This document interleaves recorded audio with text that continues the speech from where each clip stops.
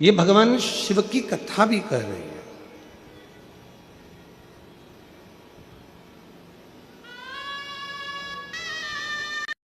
ये भगवान देवादिदेव महादेव का चरित्र कह रहा है, उसी तरह ये भगवान शंकर की पवित्र कथा कर रहे हैं। अगर संसार में जन्म लेने के बाद आपने अगर भगवान देवादिदेव महादेव से हृदय लगाया,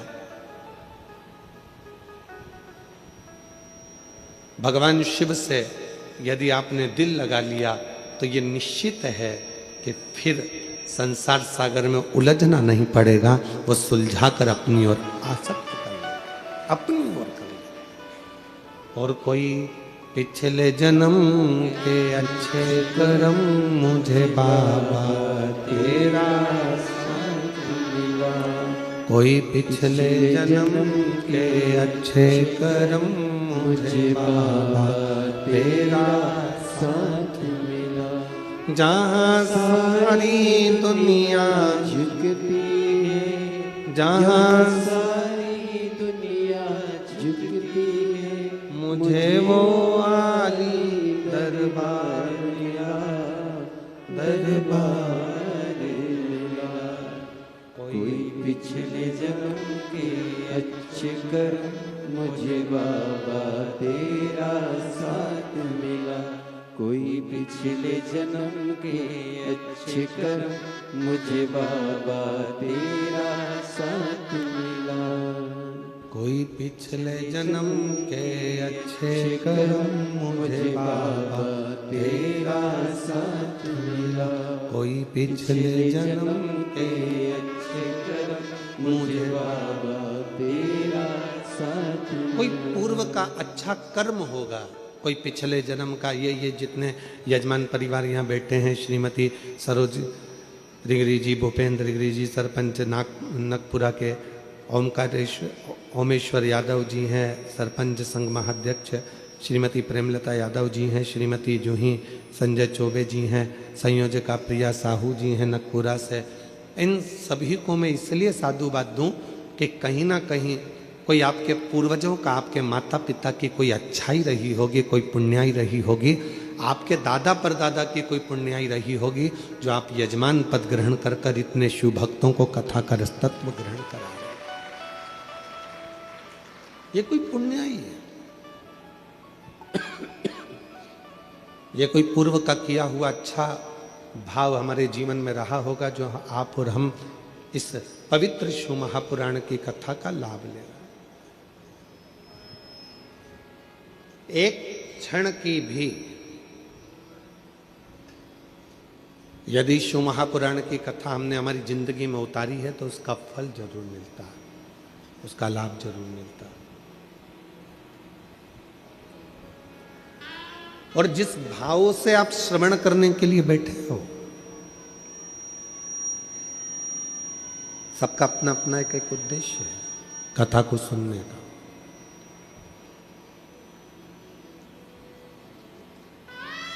जिस भाव से आप कथा का रसतत्व ग्रहण करने के लिए बैठे हो, जिस भाव से, आज कथा का पहला दिन है, 5 दिन की कथा है, 17 तारीख से चालू हुई है, 21 तारीख को विराम हो जाएगी। 1 बजे से 4 बजे तक नगपुरा जिला दुर्ग में यह कथा चल रही है।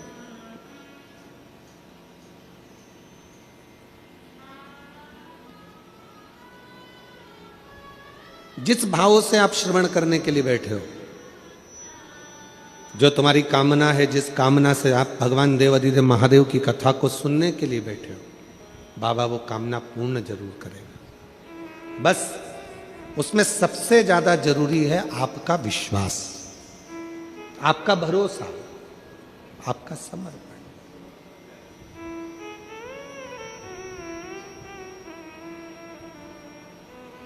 कितने भरोसे के साथ, कितने विश्वास के साथ भगवान देवादिदेव महादेव का भजन कर रहे हो, यह आप पे निर्भर करता है।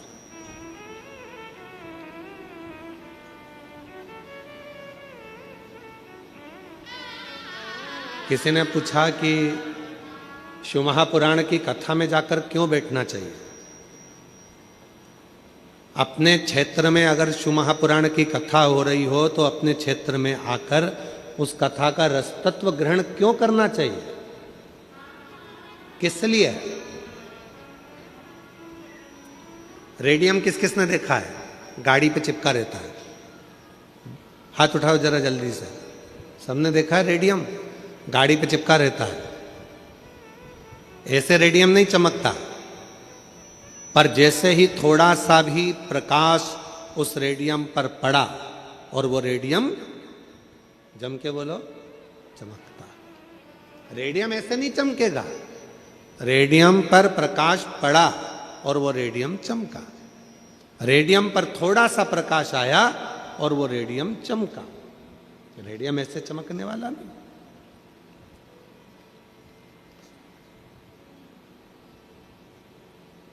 अब कोई कहे कि ये रेडियम चमक तो है ही नहीं रहा साहब, जबरदस्ती का हमने लगा कर रखा है, रेडियम चमक ही नहीं रहा है, इतने दिन से हमने लगा कर रखा है, चमक ही नहीं रहा है। तो किसी ने कहा गाड़ी पर लगे रहने दो, जब गाड़ी आप लेकर जाओगे कहीं किसी गाड़ी की लाइट पड़ गई, प्रकाश पड़ गया, चमक पड़ गई तो तुम भी चमक जाओगे। नहीं साहब, हमने इतने दिन से लगा कर रखा है, ये तो चमक ही नहीं रहा, इतने दिन से लगा कर रखा है, ये चमक ही नहीं रहा, हम तो इतना प्रयास कर रहे हैं, ये चमक ही नहीं रहा। ये चमक क्यों नहीं रहा? तो कहाँ इसको लगे रहने दो।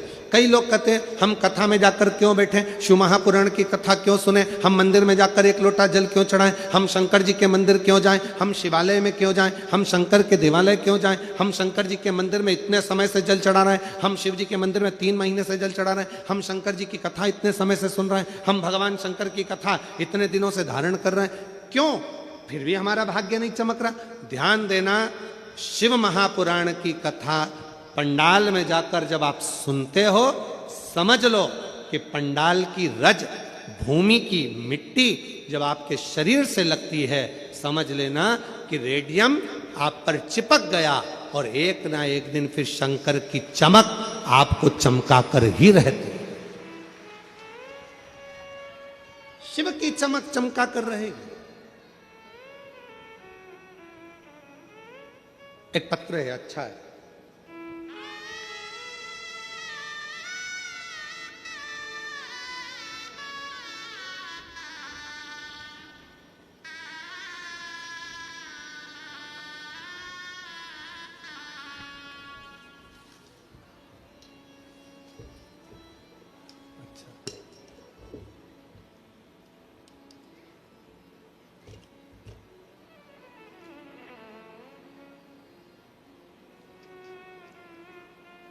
हिंदी में नहीं है, छत्तीसगढ़िया भाषा में। और छत्तीसगढ़िया सब ले रहे, पर हम पढ़ेंगे जरूर, समझा तुम हमको देना, ठीक है? समझा दोगे ना? ठीक है। मोर नाव नारायण सिन्हा, ग्राम नकपुरा, दुर्ग। कहीं बैठे हो हाथ हिला सकते हैं। आप है हम। गुरुदेव जी एक लोटा जल औ, नहीं ये औ तो मुझे समझ में आता है, क्योंकि इसको मैंने बस्तर के अंदर जब कथा थी, कौन सा गांव था, कच्चे गांव में पत्र आया था छत्तीसगढ़ी भाषा का, हमने उसमें औ पढ़ा था, ठीक है? तो गुरुदेव जी एक लोटा जल औ पशुपतिनाथ उपवास के का फल होते, ये कोई मोर ले पूछे, तमे हाँ बताव गुरुदेव जी, मोर मकान नहीं रीस हेत में हा अपन संसरार संसरार संसरार ले कर्जा लेके नानक मकान बनाए हवा। मतलब छोटा मकान बना, ठीक है? आया आया, थोड़े दिन बाद हम भी छत्तीसगढ़िया हो जाए। ओकर ले मोर लाखों के कर्जा हो गए और मोर आर्थिक स्थिति अत्यंत अच्छा नहीं रही, तेकर सेती कर्जा बढ़ते गिस में हर आपके कथा 2021 में भिलाई में पंडाल में बैठ के सुने। आप के एक लोटा जल सारी समस्या का हल। मोर मन गवाई नहीं दिस, मतलब मेरा मन एक लोटे जल पे मानता नहीं, गवाही नहीं दिस। तब हो ले मैं मंदिर जाए के चालू करेला। आप मन तथो गुरु जी अपन घर ले जल लेके शिव जी ला चढ़ाओ, और वह आपके घर के दशा शिव जी ला बताई। ये सिरतोन हरे गुरु जी मोर एक एक लोटा जल शिव में चढ़ी, और मोर कर्जा के एक एक पाई कर्जा भी छूटा गे। मैं हर आज कर्जा ले मुक्ति पागे हो गुरु जी। यही महीना दिनांक 2/12/2025 मंगलवार को मैं कर्जा से मुक्त हो गए। भोला सब दुख काटो गुरुदेव, शिव की कृपा। भगवान आ जाइए, आ जाओ, एक बेलपत्र लेकर जाइए, आइए पधार।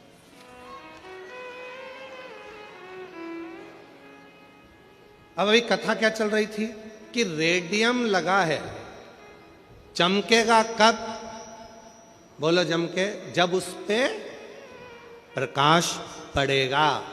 आप कथा सुनते रहो, सुनते रहो, सुनते रहो, शिवजी पे एक लोटा जल चढ़ाते रहो, चढ़ाते रहो, चढ़ाते रहो। जब ये रेडियम तुम्हारे शरीर से चिपक गया है, शिव की कथा तुमसे लग गई है, शिव पुराण की मिट्टी जब तुम्हारे शरीर से चिपक गई है, तो एक ना एक दिन शंकर का प्रकाश पड़ेगा और तुम चमकोगे जरूर, ये निश्चित चमकोगे।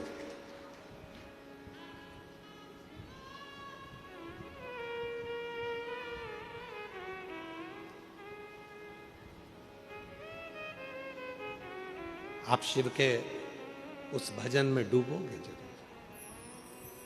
करो भक्ति शिव की, करो भजन भगवान शंकर का। लोग कहते हैं पंडाल में बैठकर कथा सुनने का क्या लाभ है, पंडाल में बैठकर कथा क्यों सुनना चाहिए?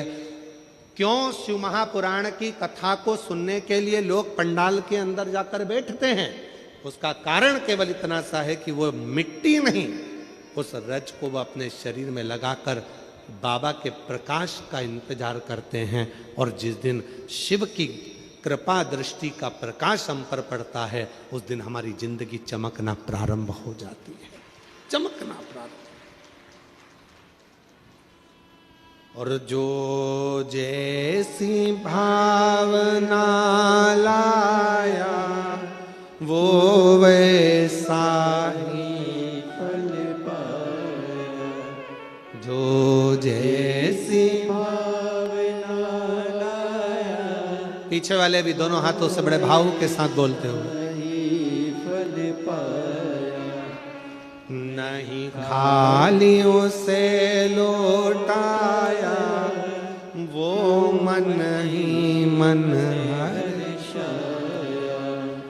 नहीं खाली उसे लौटाया वो मन ही मन हर्षाया। और कर दिया माला माल काशी वाली, लुटा दिया भंडार काशी वाले।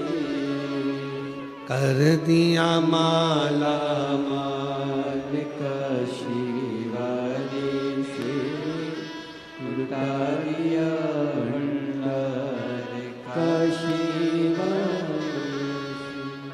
भगवान शिव पर भरोसा किया हुआ कभी टूटता नहीं।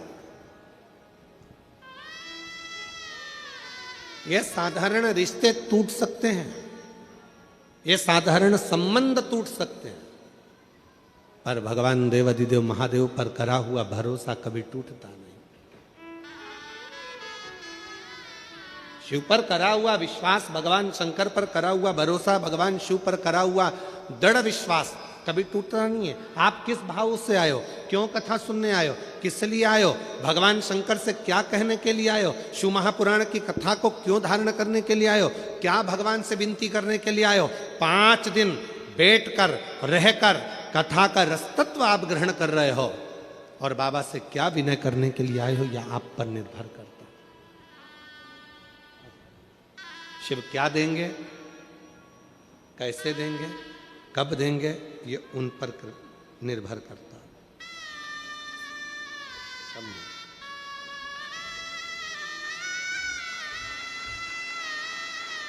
पूरा ही होता है। अरे वाह,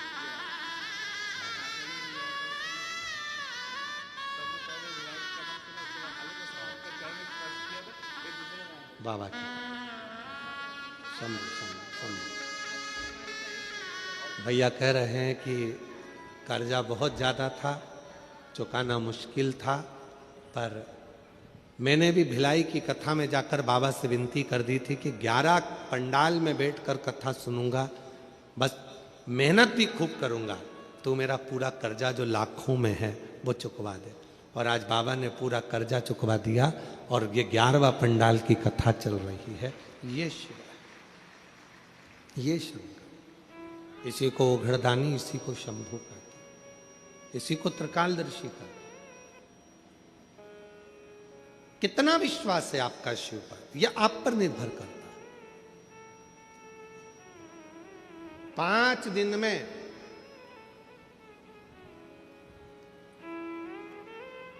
हमें भगवान शिव को पहचानना है और भगवान शंकर से अपने मन की बात कहना, और कुछ भी नहीं।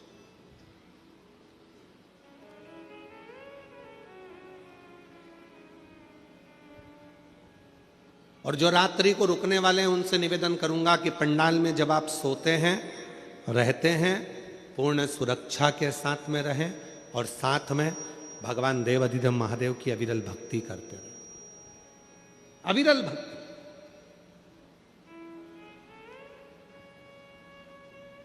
उस भक्ति को धारण करते रहे, भजन करते रहे। जितनी देर रहो यहां उतनी देर आपके मुख से श्री शिवाय नमस्तुभ्यं, श्री शिवाय नमस्तुभ्यं, श्री शिवाय नमस्तुभ्यं, श्री शिवाय नमस्तुभ्यं। आप भगवत भजन में लीन रहो।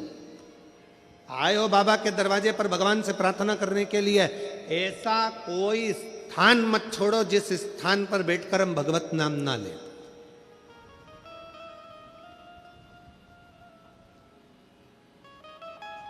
कितनी सुंदर एक कथा आती है कि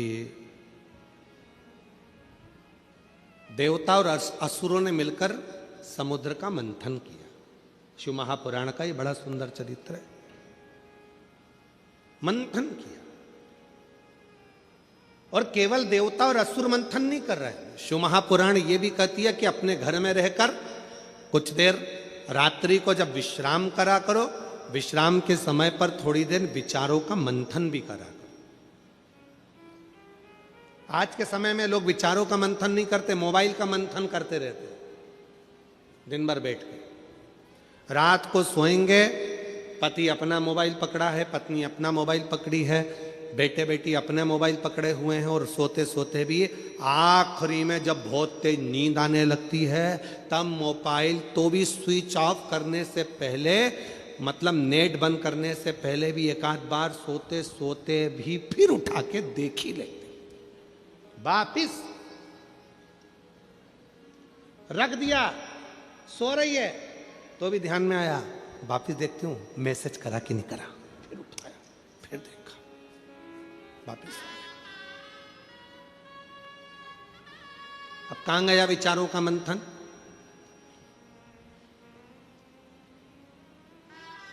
और कितना विचित्र समय चल रहा है, थोड़ा अंदाजा लगाइएगा।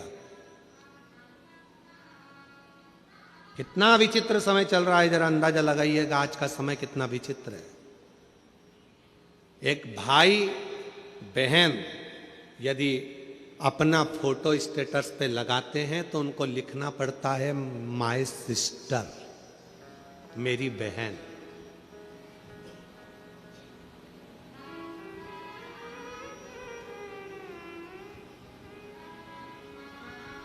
बुआ के साथ फोटो लगता है तो लिखना पड़ता है मेरी बुआ जी हैं, आज आई थी, उनके साथ फोटो लगाया।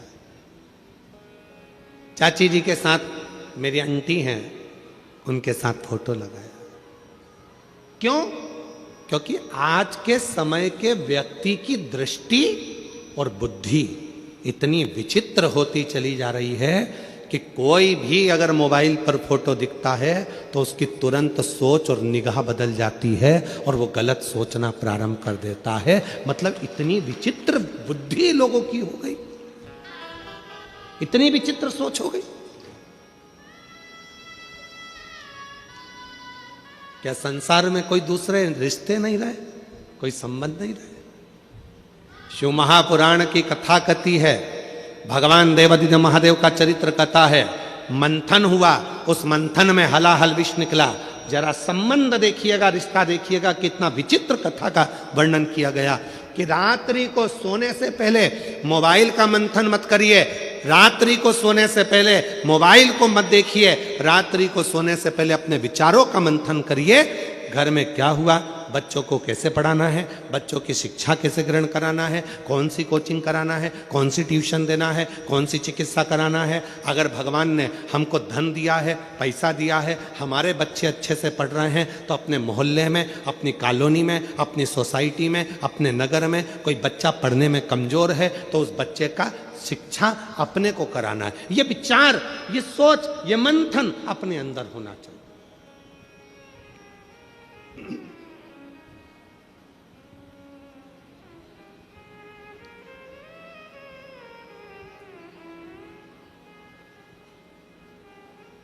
और हमने पहले भी कहा, आज फिर कहते हैं, 1 रुपए का दान किसी को मत दो, अठन्नी भी किसी को मत दो, अपने पास रखो। कहां लगाना? अपने पड़ोस में, अपने मोहल्ले में। कोई बच्चा पढ़ना चाहता है, उसको शिक्षा की जरूरत है और वो पढ़ना चाहता है पर उसके पास में पैसा नहीं है, उस बच्चे की शिक्षा में लगाना प्रारंभ करो। तुम्हारे बेटे की तरह वो भी एक दिन तुम्हारा नाम रोशन करेगा। आप 1 रुपया किसी को मत दीजिए, मत दान करो, मत दो किसी को।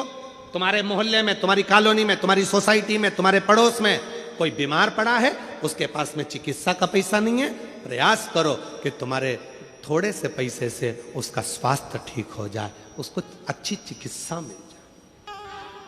भगवान ने यदि आपको लायक बनाया है, भगवान ने अगर आपको गाड़ी का मालिक बनाया है, भगवान ने यदि तुमको गाड़ी दी है, मालिक बनाया है, और मोहल्ले में, पड़ोस में अगर कोई एकदम बीमार पड़ गया, सूचना मिली, भैया मेरा बेटा बीमार है, ऑटो नहीं मिल रहा, गाड़ी नहीं मिल रही, भगवान को धन्यवाद देना, आज तूने मेरी गाड़ी को सफल कर दिया, किसी के काम तो आ रही है, किसी की जिंदगी तो संवार रही है। कितना विचित्र जमाना हो गया कि लोगों की सोच बदल गई। कोई पड़ा हुआ है तो पड़े रहने दो, कोई एक्सीडेंट हो गया तो रोड पर तड़प रहा है तो तड़पने दो, किसी के यहाँ आग लग रही है तो मुस्कुरा रहे हो, किसी के यहाँ घात लग रही है तो मुस्कुरा रहे हो, किसी के यहाँ चोरी हो रही है तो मुस्कुरा रहे हो। ये कहाँ हो गया? ये संसार सागर कैसे जा रहा है, किस गर्त की ओर बढ़ रहा है? विचार करिए। मेरे देवादिदेव महादेव ने, सारे देवताओं ने अमृत पिया, पर मेरे शंकर भगवान ने मंथन में निकला हुआ पूरा विष पी लिया। क्यों? क्योंकि ये दुनिया को नष्ट कर देगा। अगर मैंने रख दिया तो देवता भी बर्बाद हो जाएंगे, गंधर्व, असुर, कन्नर, नाग सब बर्बाद हो जाएंगे, पशु पक्षी भी बर्बाद हो जाएंगे। इसलिए इस विष को मुझे पीना पड़ेगा। ये विष मैं पीता हूं, ये मंथन है, इसको मंथन कहते हैं कि मंथन में यह निकला कि विष में पीता हूं, यह विष दुनिया को बर्बाद कर देगा, इस विष को मैं धारण करता हूं।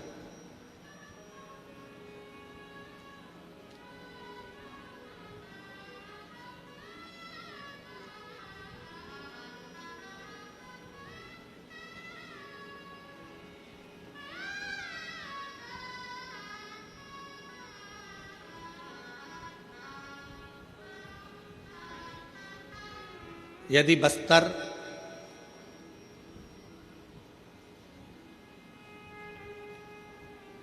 गिदम दंतेवाड़ा की यदि आप लोगों ने कथा सुनी होगी तो उसमें एक पत्र आया था। उस पत्र में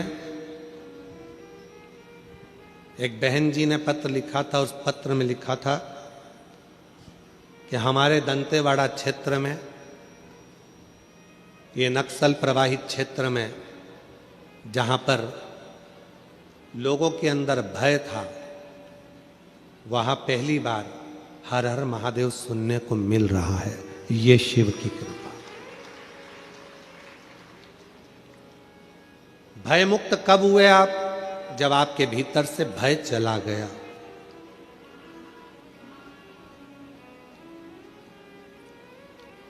एक पत्र अच्छा है, देखिए।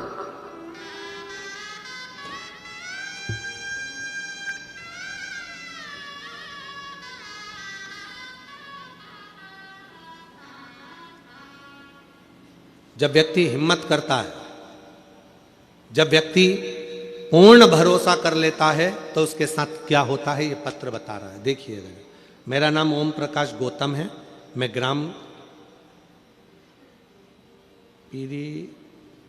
पीरीर तहसील गुंडर रेही जिला बालोदा का निवासी हूँ।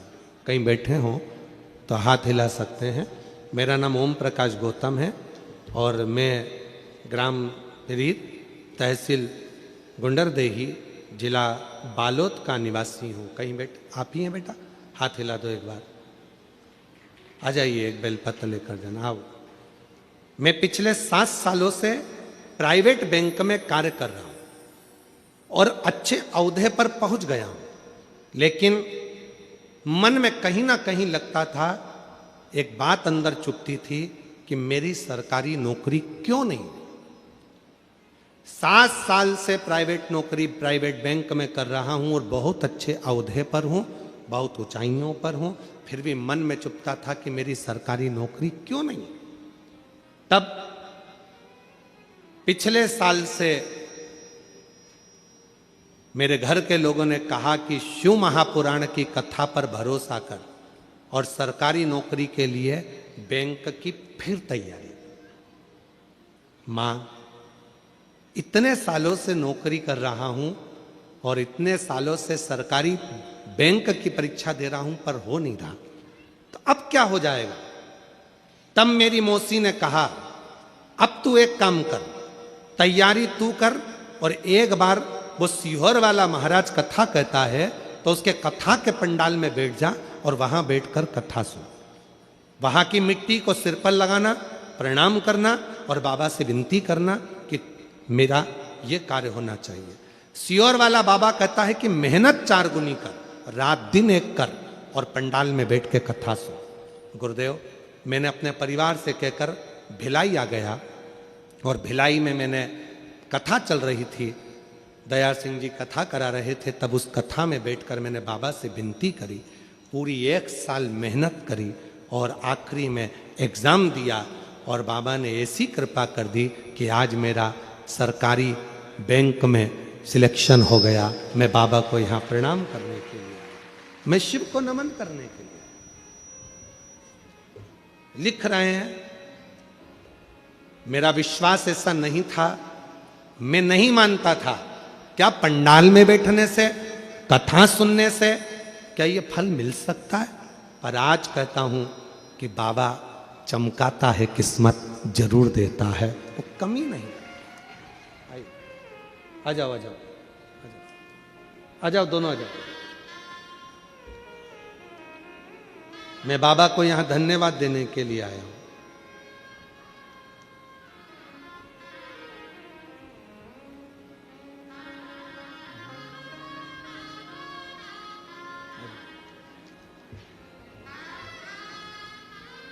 शंभू,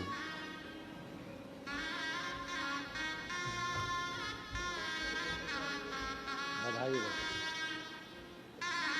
और भी उन्नति करो, खूब अच्छी मेहनत करते रहो। अच्छा, बेटा कह रहा है एक सरकारी नौकरी का रिजल्ट तो आ गया, एक रिजल्ट और आने वाला है उससे भी ऊंची पोस्ट का, और कह रहा है कि विश्वास है उसमें भी सफलता हासिल कर लूंगा, ये भरोसा। और ऐसे दयालुनाथ से रिश्ता बनाइए। बोलो, ऐसे दयालुनाथ से रिश्ता बनाइए। ऐसे दयालुनाथ से रिश्ता बनाइए।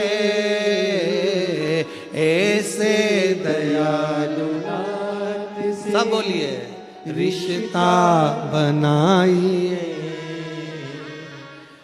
मिलता रहेगा आपको, मिलता रहेगा आपको, जो कुछ भी चाहिए मिलता रहेगा आपको, जो कुछ भी चाहिए। मांगा है भोलेनाथ से वरदान एक ही, मांगा है भोलेनाथ से वरदान एक ही, मांगा है भोलेनाथ से वरदान एक ही। तेरी दया बनी रहे जब तक है जिंदगी, तेरी कृपा बनी रहे जब तक है जिंदगी। से एक संबंध जोड़िए, एक संबंध। गिदम दंतेवाड़ा बस्तर की कथा में कहा था, शिव महापुराण की कथा में वही जाता है जिसको शिव बुलाता है और जिसकी झोली खुशियों से भरने वाला होता है, उसी को बुलाता ही नहीं है। तुम दुनिया का सारा प्रयास कर लो, मेरा भोले बाबा तुम्हें कथा में नहीं बुलाएगा। गाड़ी तैयार है, सबने विचार कर लिया चलना है, अपने पास में कथा हो रही है, नगपुरा में कथा हो रही है, इसके बाद छत्तीसगढ़ में कथा सावन में आएगी, 6-8 महीने की देरी लगेगी। इसलिए मौका है, आपन पूरा प्रयास कर लो कि अपने को नगपुरा की कथा जरूर सुनना है, बाबा से प्रार्थना करना है और बाबा से विनय करना है। बस विचार मंथन चलता रहा, अब तो जाना है, चाहे कुछ भी हो जाए। सारी तैयारी कर ली, मालूम पड़े कि कोई घर में अड़चन आ गई, नहीं जा पाए। तुम्हारा जाने का मन था, तुम नहीं पहुंच पाए, और पड़ोसन का जाने का मन नहीं था तो भी पड़ोस की गाड़ी जा रही थी, उसमें बैठ के चली गई। मतलब बाबा को उसकी झोली में कुछ देना था, बाबा को उसको कुछ प्रदान करना था, इसलिए बाबा ने बुलाया। क्यों बुलाता?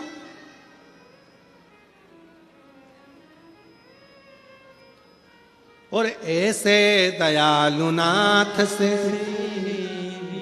सारे पंडाल वाले बोलो, पीछे वाले, आगे वाले, साइड वाले, अड़ोसी पड़ोसी, पीछे वाले धड़ोसी, सब बोलो, ऐसे दयालुनाथ। इनको तो बोलने तो मुझे सुनाई देगा। हाँ, ऐसे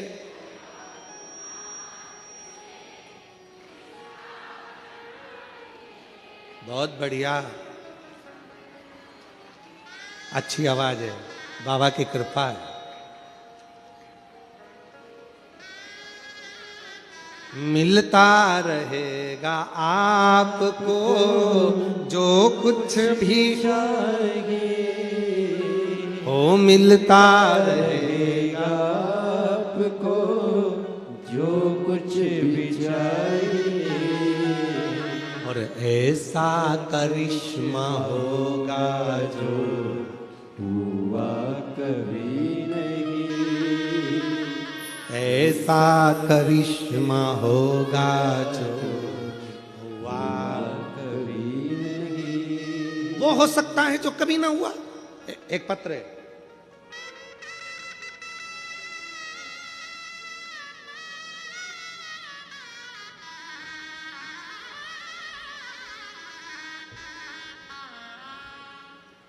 मेरा नाम प्रीतम कुमार, देवांगन में गया नगर दुर्ग में रहता हूँ। कहीं बैठे हो, हाथ हिला सकते हैं। मेरा नाम प्रीतम कुमार देवांगन, मैं गया नगर दुर्ग से हूँ। कहीं बैठे हों, हाथ हिला सकते हैं। आप ही हैं? ठीक है, आ जाओ, आ जाइए, आ जाइए। हाँ, दिख गए हो, आ जाइए। बच्चे को भी ले आ सकते हैं। गुरुदेव, शादी के कई वर्ष निकल गए। 1 साल, 2 साल, 3 साल, 4 साल, 5 साल, 6 साल, 7 साल ऐसे निकलते चले गए। डॉक्टरों का इलाज भी करवाया।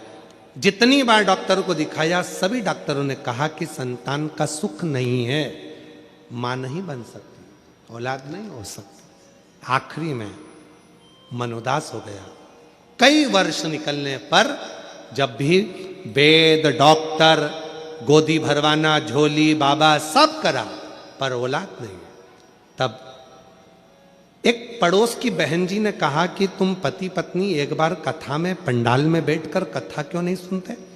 तब 2022 में हम बाबा की कथा को सुनने का मन बनाया गुरुदेव, और मंदिर जाना प्रारंभ करा। 2022 में हम सीहोर भी चले गए, कुबरेश्वर धाम। वहां जाकर हमने कंकर शंकर पूजन भी करी और वहां बैठकर कथा का रस तत्व भी ग्रहण किया। गुरुदेव, शिव महापुराण की कथा हमने कुबरेश्वर धाम पर बैठकर नियम लिया, 5 पंडाल कथा सुनेंगे बाबा, ऐसी कृपा कर दे कि बस गोदी भरा जाए, संतान दे दे। गुरुदेव, बाबा ने कृपा करी और अक्टूबर 2024 को हमने 5वीं कथा पूरी करी और बाबा की ऐसी कृपा हुई कि 17 दिसंबर 2024 को बाबा की कृपा से बाबा ने करुणा करी और बाबा की कृपा से गर्भ ठहरने का क्रम सूचित मिला। बाबा की ऐसी कृपा हुई। 29/7/2025 को बाबा की कृपा से हमारे यहाँ पुत्र रत्न की प्राप्ति कई वर्षों के बाद, जहां डॉक्टरों ने मना कर दिया था, कोई डॉक्टर नहीं कहता था कि तुम मां बन सकती हो, पर बाबा की कृपा से कई सालों के बाद बाबा ने हमारी झोली खुशियों से भर दी। और मिलता रहेगा जो कुछ भी चाहिए, मिलता रहेगा आपको, जो कुछ भी चाहिए। मांगा है भोलेनाथ से, ये शिव कृपा से 29/7/2025 को बाबा ने संतान का सुख दे ही दिया। एक लाइन उन्होंने बोला, लोग कहते थे कथा के पंडाल में बैठने से क्या औलाद हो सकती है? हम उनको छाती ठोक कर कहते थे कि एक दिन पंडाल में हमारा भी पत्र पड़ा जाएगा, ये विश्वास के साथ कहते हैं। एक दिन पंडाल में हमारा भी पत्र पड़ा जाएगा, ये भरोसे के साथ। क्यों?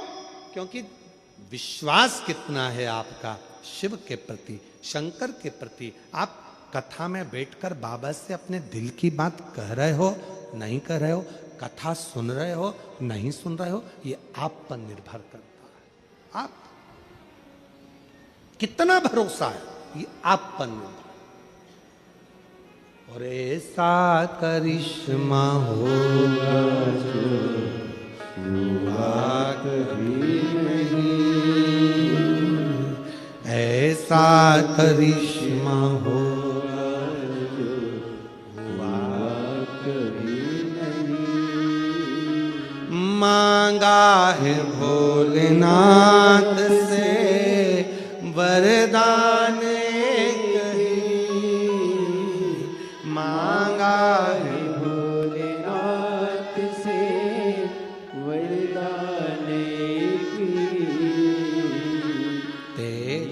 कृपा बनी रहे जब तक है जिंदगी, तेरी कृपा बनी रहे जब तक है जिंदगी। ओ मेरी छत्तीसगढ़ की जीजियों, ओ नकपुरा के मेरी बहनों, मेरे बहनइयों, मेरी जीजियों, मेरे जीजाओं, मेरी बेटियों, बेटाओं, मेरे बुजुर्ग ध्यान रखना, आप कोई साधारण जगह पर नहीं बैठे हो, आप शंकर की कैलाश पर शिव की गोद में बैठकर ये शिव महापुराण की कथा को सुन रहे हो। देगा वो, कृपा वो करेगा, करुणा वो करेगा। मंथन करो अपने विचारों का, मंथन, और बहुत जरूरी है।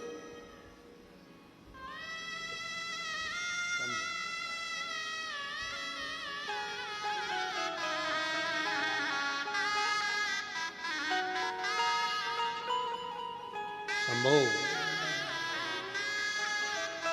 मांगा है भोलेनाथ से वरदान के लिए, मांगा है भोलेनाथ से वरदान के लिए। तेरी रोते नहीं, कृपा खुश हो जाओ। अब तो दे दिया ना बाबा ने, आंसू पोछो, आंसू पोछो पहले। तक अब तो दिया ना बाबा ने, अब रोते नहीं, बहुत खुश हो, बाबा दे दिया। कृपा बनी रहे जब तक है जिंदगी, मांगा है भोलेनाथ से वरदान एक ही, मांगा है भोलेनाथ से वरदान। जोरदार ताली बजाओ। बाबा की कृपा, शिव की उदार पे